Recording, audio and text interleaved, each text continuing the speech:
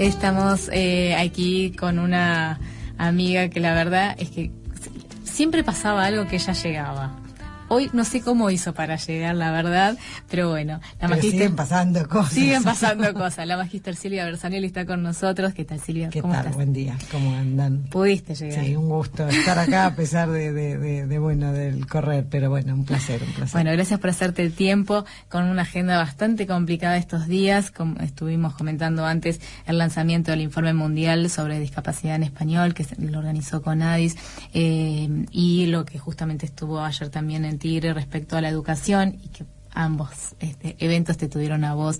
En el del lunes, en realidad, no solamente en la parte que a vos te tocaba, sino también como gran coordinadora, fue heredado el lugar por un problema de Raquel, pero la realidad es que has estado al frente de todo, más allá del observatorio de la discapacidad, que tiene mucho trabajo y tantas cosas se le piden, ¿no? Sí, bueno, yo creo que el lanzamiento del informe mundial de discapacidad ya lo veníamos trabajando desde que se presentó en junio del año pasado, el 9 de junio del 2011, en Nueva York. La OMS y el Banco Mundial, que fueron los que hicieron el informe, hicieron invitaciones en esa presentación y en ese lanzamiento que además habló Stephen Hawking, que fue el primero que habló, y uno de los países, y te diría que el único país como gobierno, como Estado, ha sido la Argentina. Los demás países presentes fueron por organizaciones no gubernamentales. Y se nos pidió a nosotros un comentario del capítulo de entornos. En ese momento hicimos una traducción casera de ese capítulo para poder hablar sobre él, y cada uno de los que presentó, en el caso de Argentina, por supuesto que hablamos de los avances y en nuestro país en esa temática y para hacia dónde estaban orientadas las políticas públicas. Ahí ya comenzamos a plantearle a ellos esta necesidad de que el informe esté en español.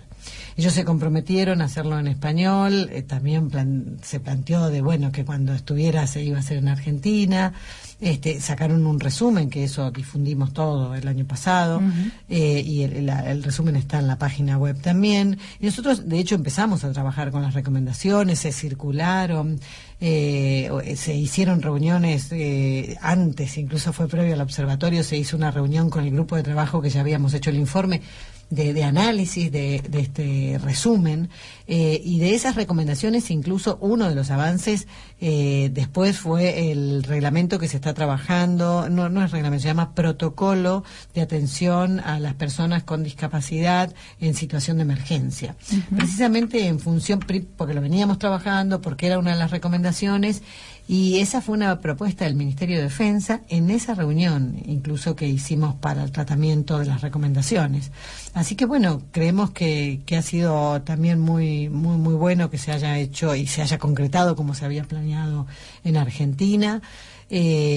Nosotros creemos que hay que seguir trabajando en el Mercosur y lo hemos planteado ya en este tema, y también en el UNASUR, porque estas recomendaciones se suman no solamente a la Convención. En el caso particular de Argentina se suman las recomendaciones de Naciones Unidas, pero además se suman a políticas que ya estamos implementando desde el Gobierno Nacional y que tienen que ver con la gran deuda que había en este país para con las personas con discapacidad, para con las organizaciones, y es una política que viene trabajando desde el año 2003 para revertir realmente esa deuda. Y yo creo que en ese sentido el informe nos permitió hacer un balance también de cómo... Un control propio. De cómo estamos trabajando en el país, de cómo venimos avanzando, de cómo es una constante, y se pudo ver incluso en los paneles de respuesta ante esta situación. Y eso que fue acotado también, ¿no? Porque obviamente hubiera dado un tiempo.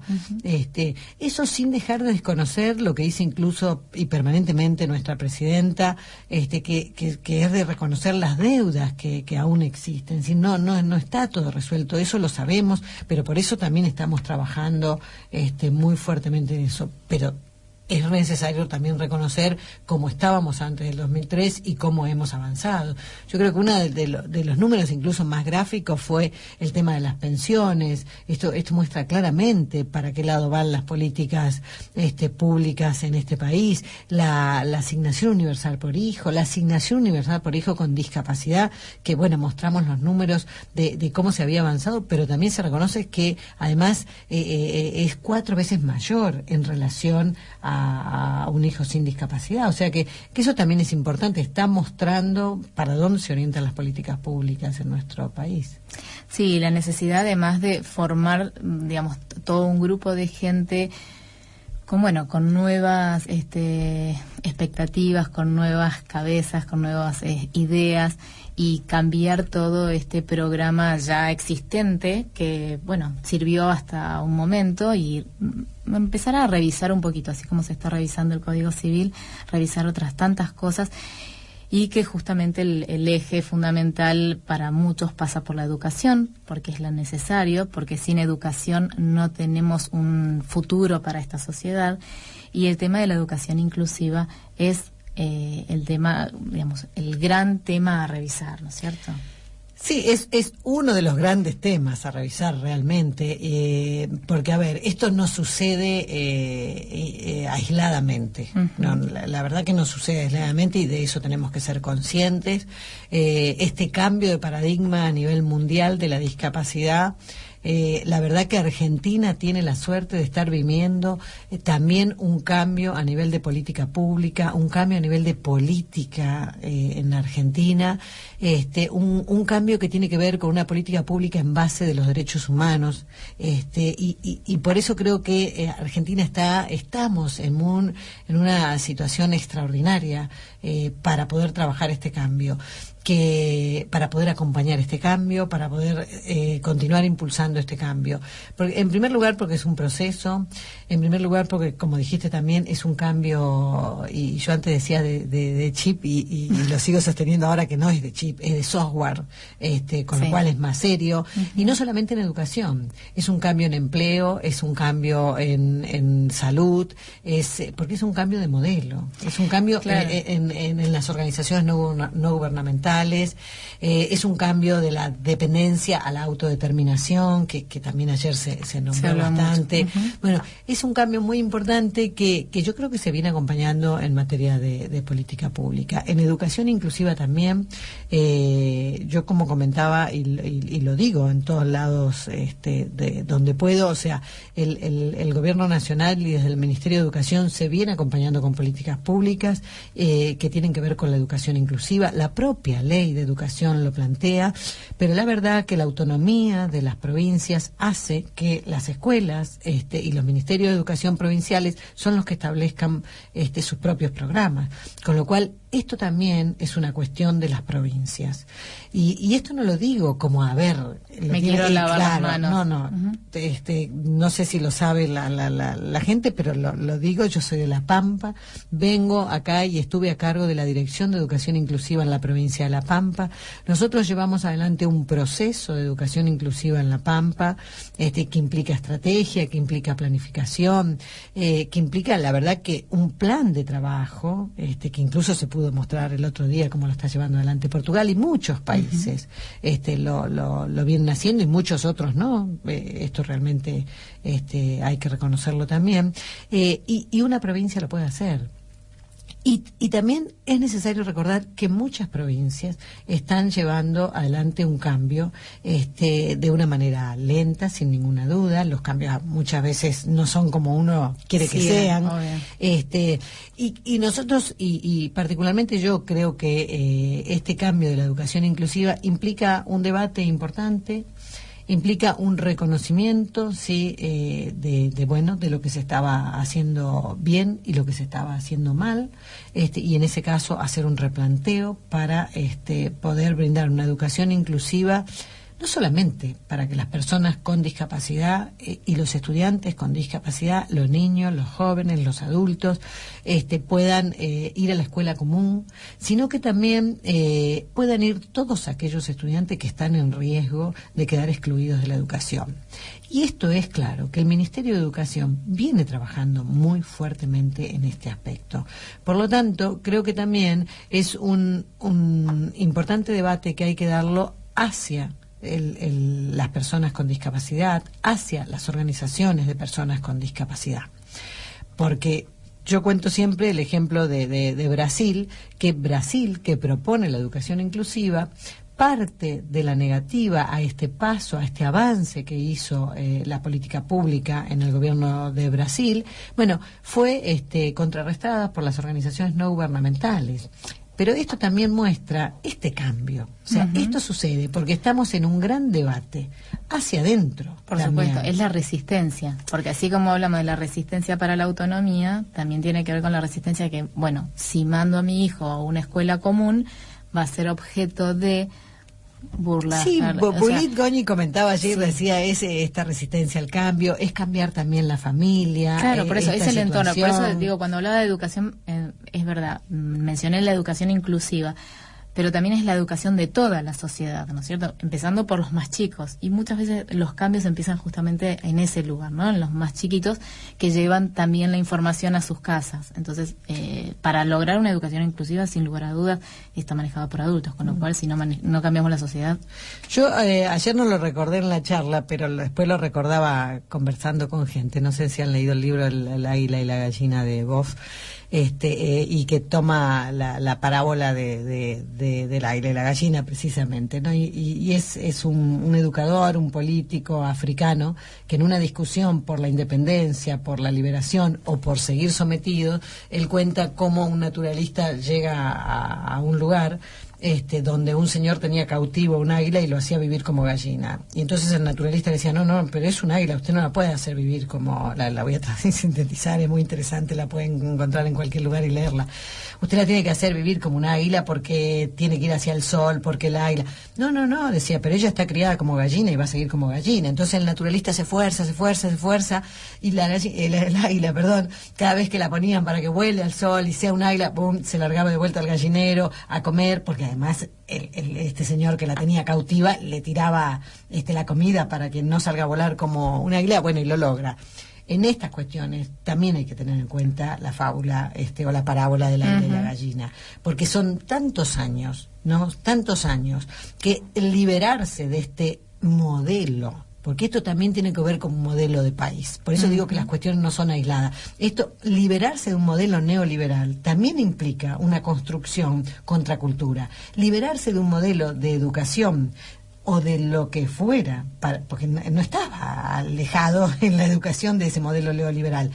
Liberarse de esas cadenas, obviamente que entra a jugar la parábola de la gallina y el águila y la gallina, o como querramos, es decir, damos el salto, lo damos cualitativamente, nos independizamos, somos autónomos, sin ninguna duda. Nosotros tenemos un sistema educativo que te comentaba fuera de micrófono, del siglo pasado. Esto también lo que decía la presidenta, un código civil del siglo pasado. ¿Cuántas cosas tenemos que cambiar?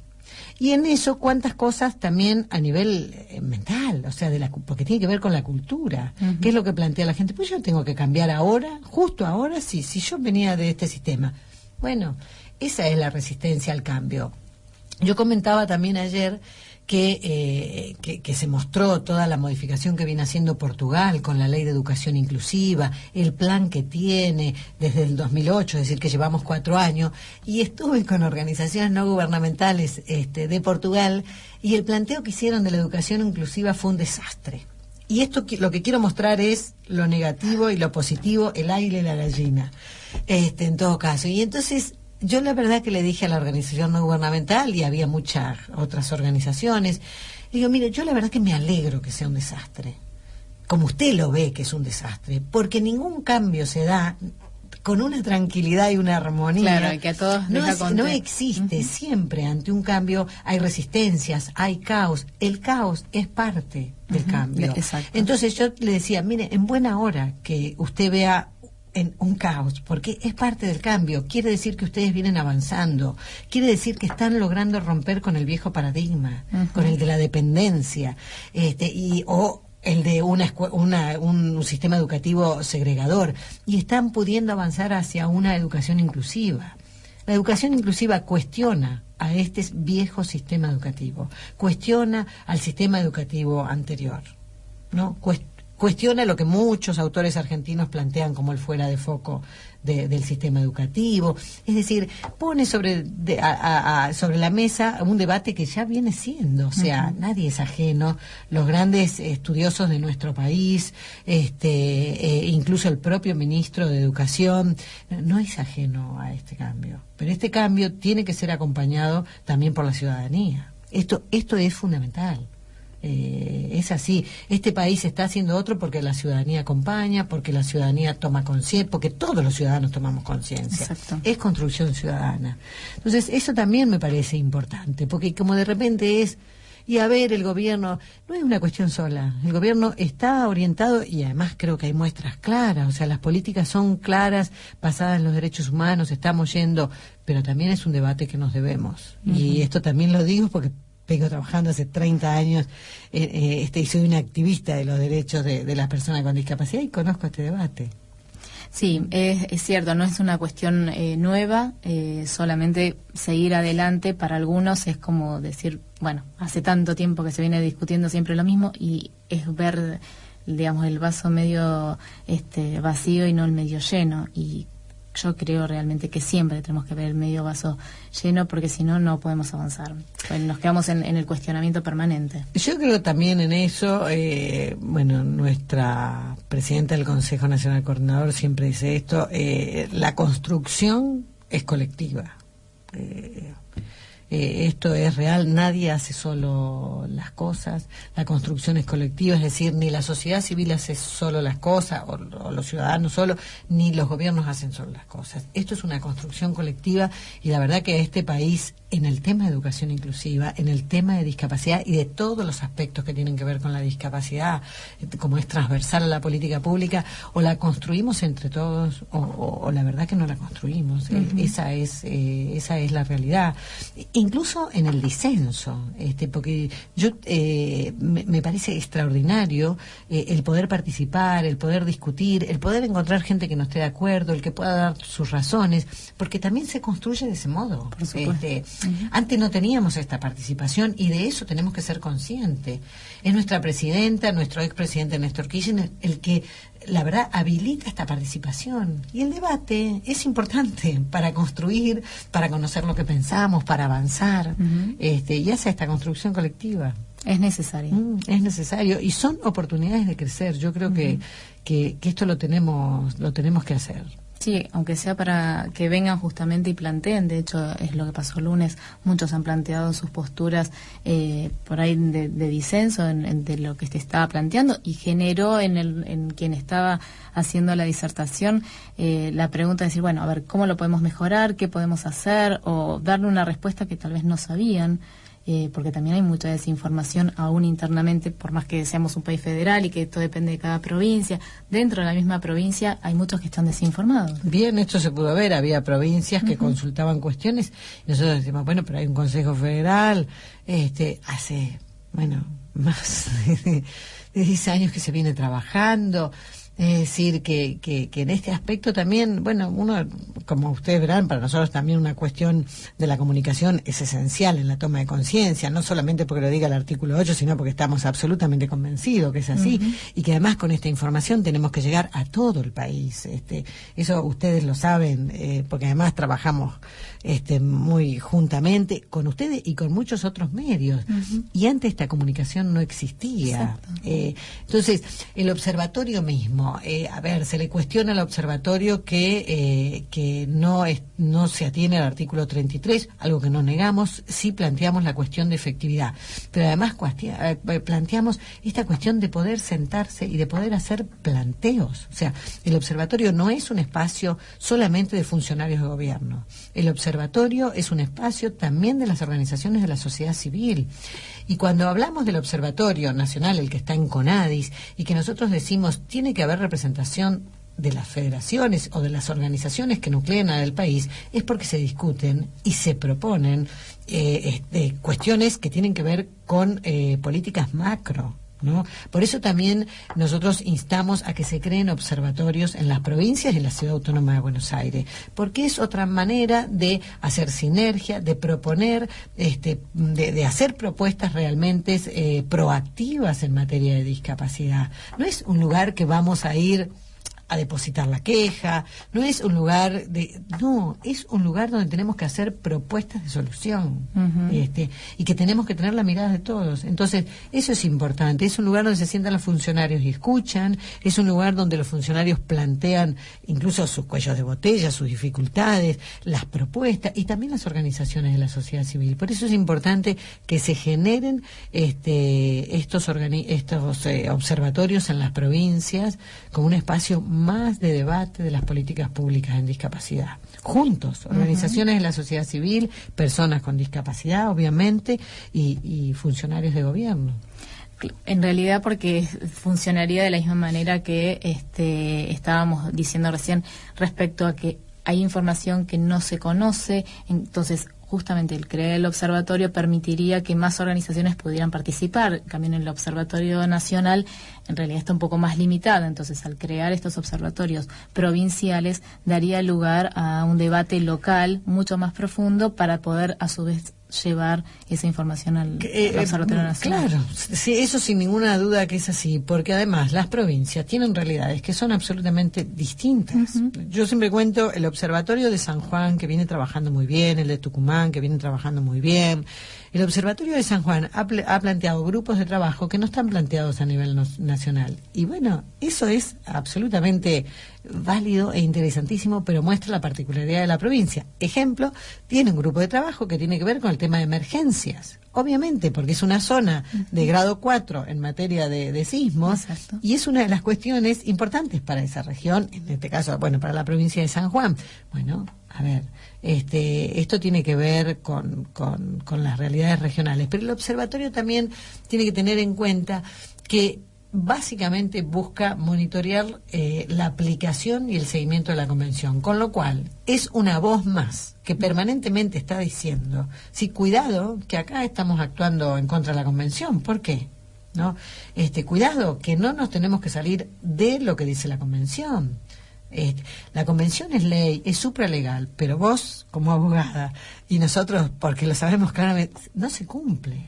O sea, que tenemos que también trabajar con algo que lo decimos en todos lados, porque lo hemos planteado al inicio, con el Poder Judicial. Por eso también ahora desde el observatorio se hace una propuesta, y lo hizo el Grupo de Trabajo de Armonización Legislativa, de que se incluya a la convención en la Constitución. ¿Para qué se hace eso? No porque no sea supralegal, para que sea, tenida más en cuenta por los jueces. Exacto. Porque hoy por hoy no es incluida. Nosotros tuvimos que pedir perdón, ¿sí?, como Estado, cuando tuvimos la defensa del informe país en Naciones Unidas, en Ginebra, por un fallo de un juez de Neuquén. Exacto. Bueno, pero como Estado nosotros tenemos que responder por todas las provincias. Bueno, y el fallo que fue conocido, ahora no me voy a poder acordar el nombre, pero que fue un juez que comparó a las personas con discapacidad con los simios. Exacto, con animales. O sea, realmente, y la verdad que tuvimos que pedir perdón. Y la presidenta lo dijo claramente, o sea, no hay que olvidarse que somos tres poderes. Está el Poder Legislativo, está el Poder Judicial y está el Poder Ejecutivo. Y entonces también es importante que el Poder Judicial y el Poder Legislativo trabajemos juntos por el cambio en este país. Entonces, digo este ejemplo porque muestra claramente cómo en muchas cuestiones que el Poder Ejecutivo, en este caso, que yo también soy parte, avanzamos en materia de política pública, y cómo a través del Poder Judicial no podemos avanzar.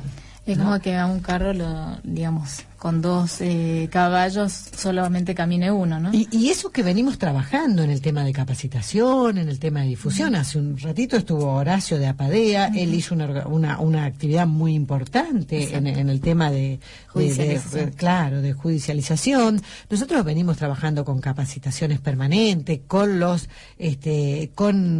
colegios de abogados, bueno, participando en todas las actividades, informándolos.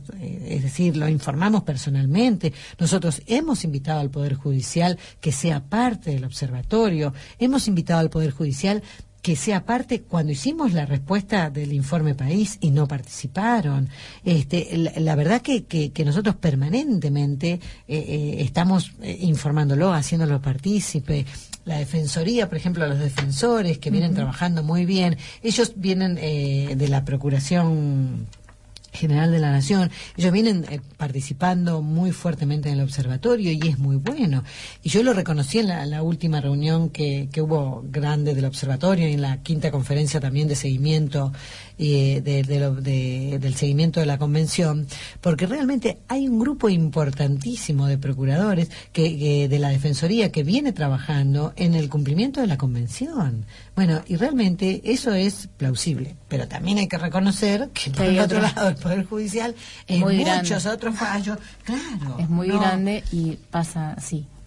Digamos, nosotros muchas veces repetimos, si todos los jueces fueran como María Silvia Villaverde, claro, no tendríamos estos tipos de problemas, pero la realidad es que no todos son María Silvia, por supuesto hay muchos otros, pero lo cierto es que tenemos fallos como el que vos comentabas, que hemos justamente comentado y leído acá, de Neuquén, que realmente es para, digamos, una llamada sí, de ya atención. Se jubiló, ya. Sí, más pero que no para importa. una llamada de atención. A mí me parece que se haya jubilado. Sí. No, yo por eso digo, no, creo que no es una llamada de atención. Yo creo que hay que plantearlo esto muy seriamente y buscar los mecanismos que realmente, claro, no es que nos hagan tener los mejores jueces en los mejores lugares. Yo creo que esto también es importante, porque si nosotros no reaccionamos bueno, es que nos van a seguir pasando estas cosas.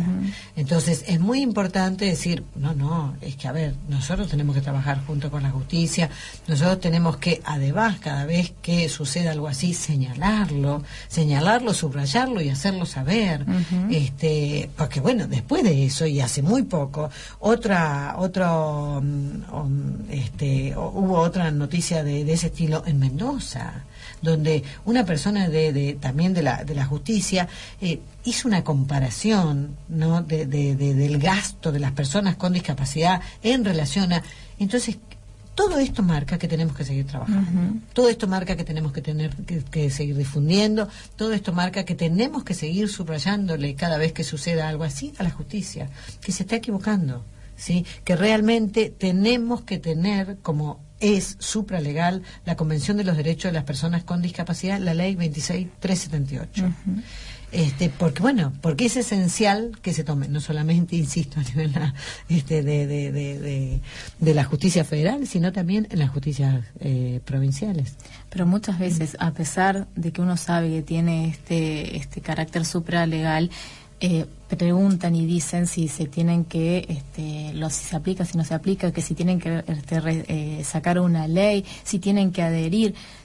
A ver, uno se cuestiona realmente el conocimiento del otro, ¿no? Porque, digamos, en principio nadie cuestionaría, por lo menos de gran parte de la población, no cuestionaría el carácter supralegal y lo que eso significa, ¿no? Por más federal que seamos. Pero, sin embargo, hay hasta municipios que creen que tienen que adherir. Sí.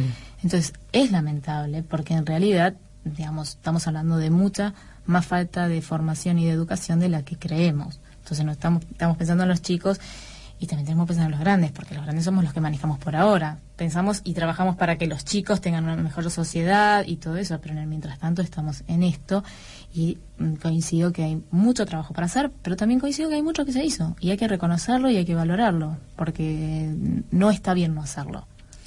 No, yo no tengo duda que es así, ¿no? Porque, bueno, también otro aspecto aparte son los medios de comunicación, y eso también es muy importante tenerlo en cuenta, porque si los medios de comunicación se quedan difundiendo la imagen de una persona con discapacidad desde el modelo médico rehabilitador, desde el modelo caritativo de beneficencia, y no pasan a un modelo de derechos humanos y no muestran a una persona con discapacidad como un sujeto de derecho, esto también tiene mucho efecto. Por supuesto, porque tiene un efecto visual. Tiene un efecto ante la ciudadanía en general, tiene un efecto ante los diferentes poderes.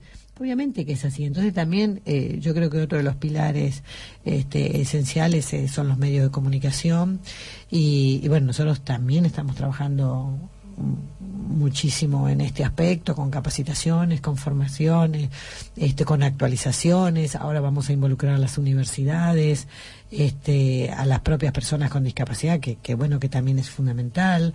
Y bueno, este es otro de las cuestiones que hay que tener en cuenta. Por eso cuando por ahí se plantea como un solo problema el de discapacidad, no es un solo problema, son muchos. No es solamente una cuestión de política de Estado, no es solo eso, es también, es eso y algo más. Es ciudadanía, es cómo construimos desde la calle, si se quiere entender desde ese lugar, el nuevo paradigma de la discapacidad, cómo entendemos a las personas con discapacidad, si como sujetos de derecho o como una persona de beneficencia, y en eso, en el claro grado de organización que tenemos como país, porque insisto, hay cuestiones que competen a la política pública del gobierno nacional y hay cuestiones que competen a las provincias, hay cuestiones que competen al poder ejecutivo, otra al poder legislativo y otra al poder judicial. Entonces creo que en eso tenemos que ser, o por lo menos tratar de ser lo más justos posibles en cuanto a la lucha, porque si nosotros erramos también la lucha, a quién se la tenemos que hacer, lo que hacemos es por ahí engañarnos como el águila criada en el gallinero, ¿no? Nos tiran unas para comer y nos bajamos en lugar de volar hacia el sol. Y bueno, yo creo que en eso tenemos que estar muy atentos, todos. Exacto, todos. El autoengaño sustituye el análisis, así que Exacto. Vamos a trabajar para no autoengañarnos y tratar de construir entre todos, aunque sea desde esta postura de la crítica constructiva. Totalmente. Y no destructiva. Silvia, muchísimas gracias por estar con nosotros. Felices fiestas, feliz año, mucho trabajo para el 2013 y obviamente vamos a seguir trabajando para que todo se conozca, lo bueno, lo malo, como vos decís, lo que hay que subrayar en lo que se hace bien y lo que se hace mal. Gracias a ustedes, un muy feliz año. Para mí fue un placer y encontrar gente como ustedes que comunica también el tema de la discapacidad, que está posicionada también en el tema de derechos humanos. Y bueno, les deseo lo mejor para el año que viene. Creo que una de las cuestiones fundamentales es poder seguir trabajando para seguir construyendo juntos este país que queremos tanto. Exacto, muchísimas gracias. Estábamos dialogando con la magíster Silvia Bersanelli, directora del Observatorio Nacional de la Discapacidad. Comunícate con nosotros a través de www.lavidaespecial.com.ar